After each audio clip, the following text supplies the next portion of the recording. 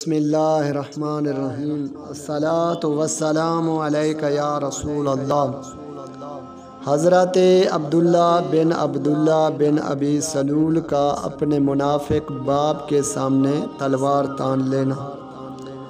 آئیے واقعہ شروع کرنے سے پہلے دعا کر لیتے ہیں۔ یا اللہ پاک، جو کوئی بلال وائس اسٹوڈیو کے سبسکرائبر ہیں اور اس ویڈیو کو دیکھ رہے ہیں اور ویڈیو پسند کی صورت میں لائکس کرتے ہیں اور کمنٹس میں ہر صحابی نبی جنتی لکھیں، یا اللہ پاک انہیں دونوں جہان کی بھلائی نصیب فرما۔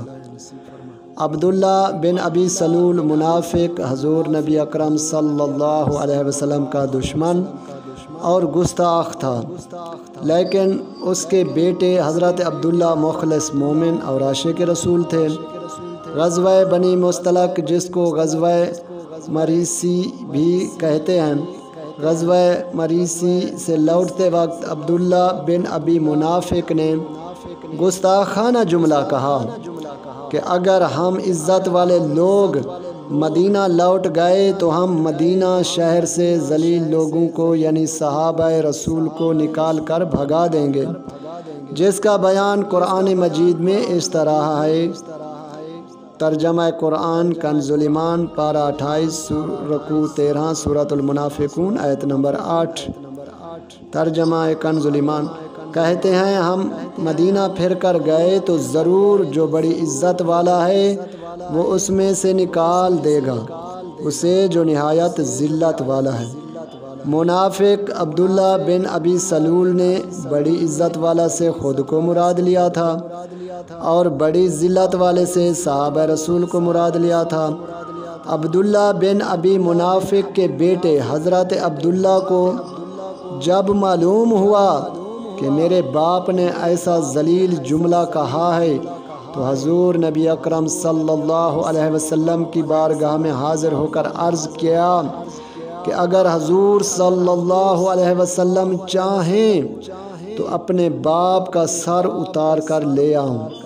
پھر حضرت عبداللہ اپنی تلوار سونت کر شہر کے دروازے پر آ کر کھڑے ہو گئے اور اپنے منافق باپ کا انتظار کرنے لگے۔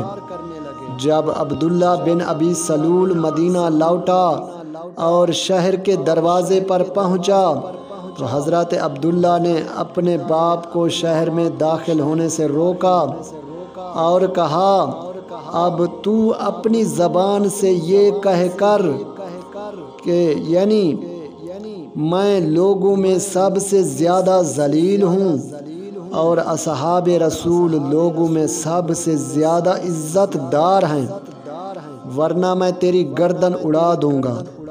عبداللہ بن ابی منافق نے اپنے بیٹے سے کہا کہ کیا تو سچ کہتا ہے اور یوں ہی کرے گا؟ حضرت عبداللہ نے اپنے منافق باپ سے کہا کہ ہاں، میں تیری گردن اڑا دوں گا۔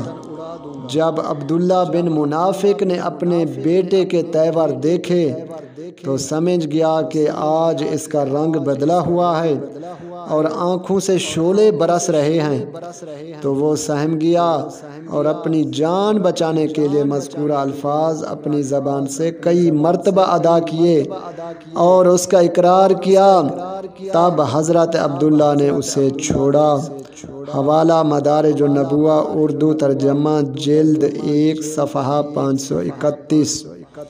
اسی طرح حضرت عمرو بن عاص رضی اللہ تعالیٰ عنہ نے اپنے کافر باپ عاص بن وائل کو اور امین الامت حضرت ابو عبیدہ بن جراح نے اپنے کافر باپ کو اپنے ہی ہاتھوں سے قتل کر دیا اور دنیا کو یہ سبق دیا کہ نبی صلی اللہ علیہ وسلم کے محبت و عظمت کے مقابلے میں اگر حقیقی باپ بھی آ جائے تو ایک مومن نبی کی عظمت کو باپ کے حیات پر ترجیح دیتا ہے۔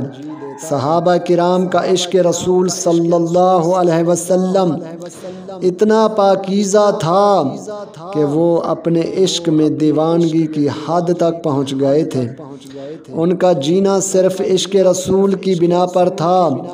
عشق رسول صلی اللہ علیہ وسلم ان کے دلوں کی دھڑکن بن چکا تھا۔ اپنے محبوب آقا صلی اللہ علیہ وسلم کی محبت و غلامی میں وہ اتنے منہمک اور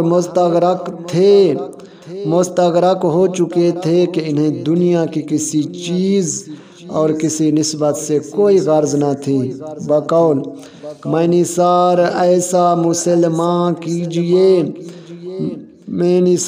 ایسا مسلمان کیجئے توڑ ڈالے نفس کا زنار آقا۔ صلو علی الحبیب صلی اللہ تعالی علی محمد۔